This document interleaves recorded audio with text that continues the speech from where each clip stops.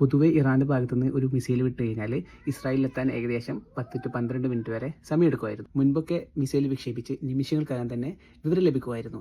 അതായത് ജനങ്ങൾക്ക് ഷെൽട്ടറിലേക്കോ അല്ലെങ്കിൽ ബേസ്മെന്റിലേക്കോ മാറാൻ വേണ്ടിയിട്ടുള്ള സമയം എന്ന് പറയുന്നത് 8 to 10 മിനിറ്റാണ്. മിഡിൽ ഈസ്റ്റ് രാജ്യങ്ങളിലുള്ള അമേരിക്കൻ റഡാറുകൾ വഴിയായിരുന്നു ഇസ്രായേലിന് മുൻകൂട്ടി വിവരം ലഭിച്ചുകൊണ്ടിരുന്നത്. എന്നാൽ ശത്രു നീക്കങ്ങൾ നേരത്തെ തിരിച്ചറിയാനുള്ള ഈ ഒരു ശേഷി കുറഞ്ഞതോടുകൂടി ഇപ്പം മിസൈൽ മുന്നറിയിപ്പ് ലഭിക്കുന്ന സമയം എന്ന് പറയുന്നത് 1 മിനിറ്റ് മുതൽ 3 മിനിറ്റ് വരെ ചുരുങ്ങി. പലയിടത്തും സൈറൻ മുഴങ്ങി 60 സെക്കൻഡിനുള്ളിലൊക്കെ മിസൈൽ പതിക്കുന്ന സാഹചര്യമാണ് ഇപ്പോൾ ഇസ്രായേലിൽ സംഭവിച്ചുകൊണ്ടിരിക്കുന്നത്. എന്തിനാണ് ഇറാൻ ഈ മിഡിൽ ഈസ്റ്റേൺ രാജ്യങ്ങളെ തുടരെ ആക്രമിക്കുന്നത് എന്നതിനുള്ള ഒരു ഉത്തരം കൂടിയാണിത്. ഇസ്രായേലിലെ ടെല്ലവീവ് ഒക്കെ ഇപ്പോൾ ഏകദേശം ഗാസ പോലെയാണ് ആയിട്ടുള്ളത്. ചുരുക്കി പറഞ്ഞാൽ മിസൈലുകൾ ഇസ്രായേൽ അതിർത്തിയോട് വളരെ അടുത്തെത്തുമ്പോൾ മാത്രമാണ് അവർക്കത് ഡിറ്റക്ട് ചെയ്യാൻ പറ്റുന്നത്. ഇത് ജനങ്ങളുടെ സുരക്ഷയെ മാത്രമല്ല, മിസൈൽ വീഴുന്നതിന് മുമ്പ് ഇന്റർസെപ്റ്റ് ചെയ്യാനുള്ള പ്രതിരോധ സംവിധാനങ്ങളുടെ ശേഷിയടക്കം ഇത് ബാധിച്ചിട്ടുണ്ട്. അതായത് അമേരിക്ക സംരക്ഷണം തരാം എന്ന് പറഞ്ഞുകൊണ്ട് അറബ് രാഷ്ട്രങ്ങളിൽ കൊണ്ടുപോയിട്ട ബേസുകളെല്ലാം ഇസ്രായേലിന്റെ കൂടി സുരക്ഷയ്ക്ക് കൂടിയായിരുന്നു. ബേസുകളുടെ രാജ്യങ്ങളുടെ അവസ്ഥ പ്രത്യേകം പറയണ്ടല്ലോ. ഇനിയിപ്പോൾ ഇതിന്റെ പേരിൽ പലരും കമന്റ് ഇടാൻ വരും ഇസ്രായേലിന്റെ ആയുധശക്തിയും അവരുടെ ശേഖരങ്ങളെ കുറിച്ചൊക്കെ. ഇസ്രായേലിൽ നിലവിൽ നടക്കുന്ന പല കാര്യങ്ങളും ആരും പുറത്തറിയുന്നില്ല.